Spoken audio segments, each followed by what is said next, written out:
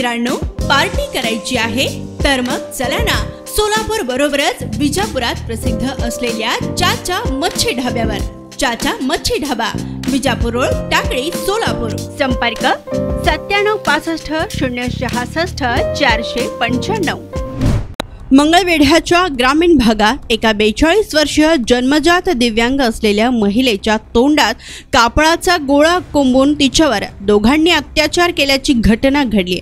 या प्रकरणी पिलिक उर्फ पिलक्या नबी खाटेक, इब्राहिम उर्फ इब्रिया अलीसा मुलानी या दोघांविरुद्ध गुन्हा दाखल करण्यात आला आहे। दरम्यान या घटनेमुळे मात्र ग्रामीण भागातून सर्वत्र संताप व्यक्त होतोय। घरामध्ये पीडिता ही एकटीच असल्याचा गैरफायदा घेत आरोपींनी रात्री 11 वाजताच्या सुमारास घराचा दरवाजा ढकलून घरात प्रवेश करीत पीडितेच्या तोंडात कापडाचा गोळा कोंबून दोघांनी अत्याचार केल्याचं दिलेल्या फिर्यादीत म्हटलं आहे।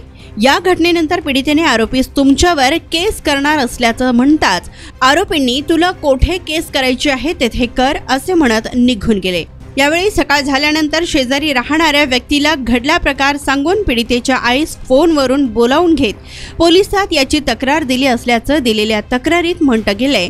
तर याचा अधिक तपास पोलीस करीत आहेत।